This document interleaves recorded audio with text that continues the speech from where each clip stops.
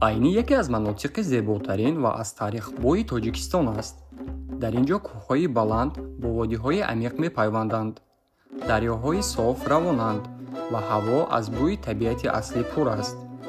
айни бо боғу конҳои худ машҳур аст. дар ҳамин ҷо тобистон бар болои бомҳо зардолуҳои тиллоӣ хушк мешаванд ва дар ҳавлиҳо гӯшаҳои вазнини ангур овезонанд. айни аз даҳҳо деҳаҳои кӯҳӣ иборат аст, ки ҳар кадоми онҳо таърихи худро нигоҳ доштаанд. дар ин ҷо шахсиятҳои маъруфи илму фарҳанг ба воя расиданд. аз он ҷумла асосгузори адабиёти муосири тоҷик Садриддин Айнӣ, ки номи тамоми ноҳияро бо ифтихор гирифтааст. имрӯз сафари мо ба деҳаи Искодар аст. маҳз дар он ҷо мо ду таоми суннатиро омода мекунем: қурити косагӣ ва нонпотак. хӯроки соддае, ки рӯҳи кӯҳистон ва гармиву меҳрубонии сарзаминро дар худ таҷассум мекунанд. имрӯз мо дар деҳаи Искодар худам дар худи ҳамин ҷо калон шудагиам. авқоти миллӣ ва нонпотак. аввал гӯшт реза мекунем. охир мешавад реза кунам? ана хеле реза мекунем. мо авқоти миллӣ умоҷ дорем, билмиқ дорем, сузма туппа дорем. ҳамин хеле авқото дорем. сузма туппа ранги оши бурида? оши бурида тарафи шумоён, тарафи ғарми ҳамон ваё оши бурида мекунам. мо сузма туппа мегӯем. зирбакша отдел мекунем, туппеша дар об отдел мепазем. номша чӣ гуфтем ба ябо? Нонпотак. Мо гуфтам ки дар бораи ҳамин думод арӯс ки шуд, тарафи духтардор ба очи духтардор саҳар ки шуд, ҳамин авқоти миллиам мекуниду ти чодар ба думод мебарад. дар тарафи шимол ё дар тарафи ғарм будан ин намуд хӯрок дар ҳеҷ куҷои Тоҷикистон нест. мо обязательно дар ини вақт Тоҷикистон ҳамин вай ба деҳаи Искодар ба вай мекунем. арӯсош ба ҳама арӯс ба мекардем. акум ҳозиреша намедонам мекунам пиёз реза кунам.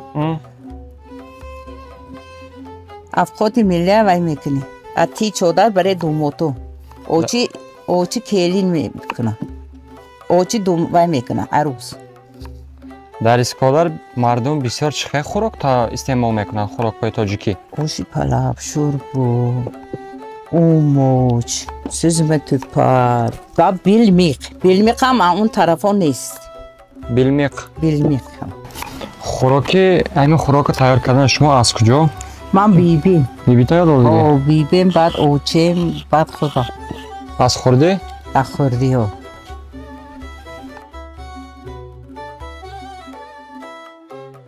аввале ки нон мепазам,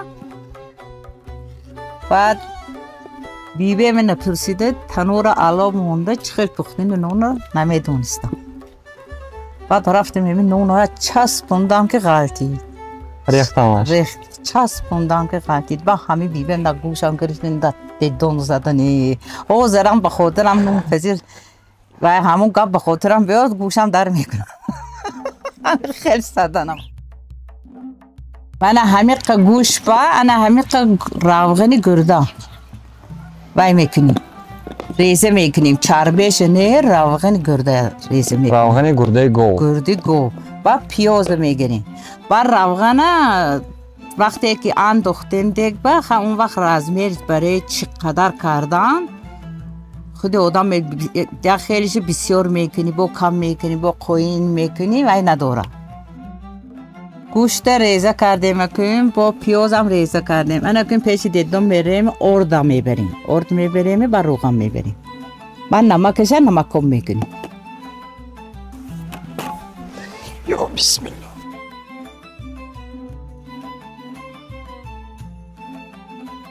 ҳамин рӯғане ки андохте, ҳамин ордаша худ тайёр шудани ки меандозем мебинед ки тайёр шуд. вақти рӯған ва орд сип сохта. ба пустем мана намакаша отдельни намаком мекунем.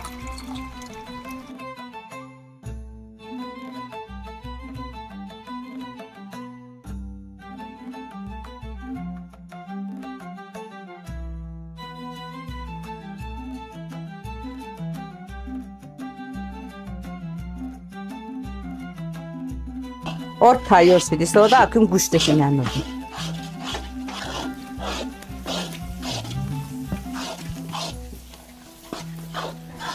همین وقتی گوشت تیار شد نقص پختنش حس کنیم با پیاز هم میاندازیم چه نبین گوشت با میکروبی بعد آب و نمک میاندازیم با ویم با آب میاندازیم با میکروبی تا تیار شدنش. وقتی که این تیار شد روغن جدا میشه. روغن جدا میشه و چیز شد گوشتش گوشت خیلی باری میشه. نه پیازم میریزه.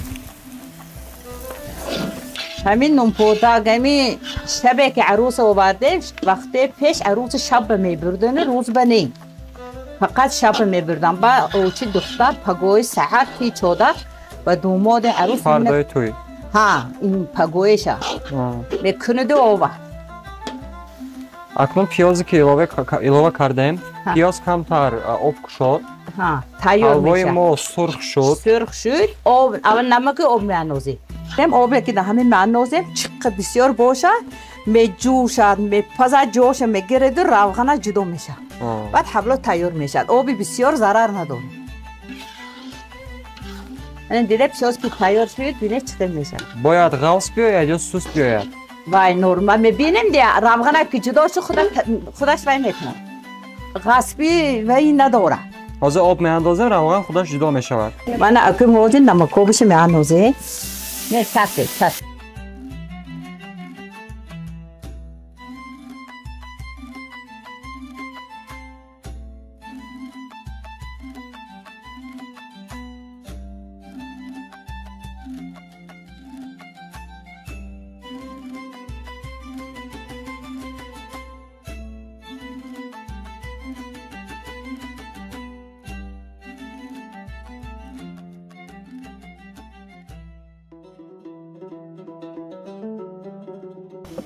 من اکنون تیار شد.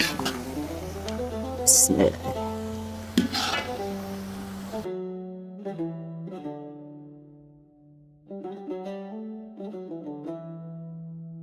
ما حاضر من قرط کوسگی کرده سادیم. من از طبق آب گرفتم. من قرطش میریزم. دوره مایون انا همین خیلی حاضر قرط قاق میکنیم همین خیلی کوسگی. حاضره ترم شکده سیخ کرده بکه نموین خیلی نمیکنیم. انا اینش با مازه میبیم. با چی استعمال میکنن؟ کوسه وای میکنیم. روغن قطعی پیازش داغ میده.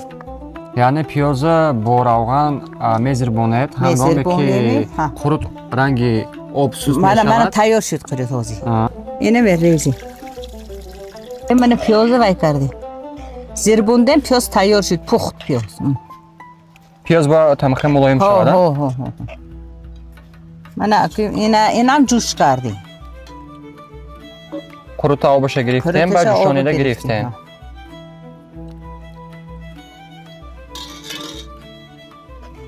کمتر روغن پیاز می‌ریزیم. بعد از اون که قرطی کاسگی را استعمال کردیم شروع میکنیم با خوردن خوراک دوم نونپوتاق.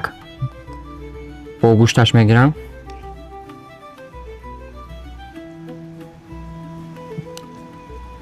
بسم الله الرحمن الرحیم.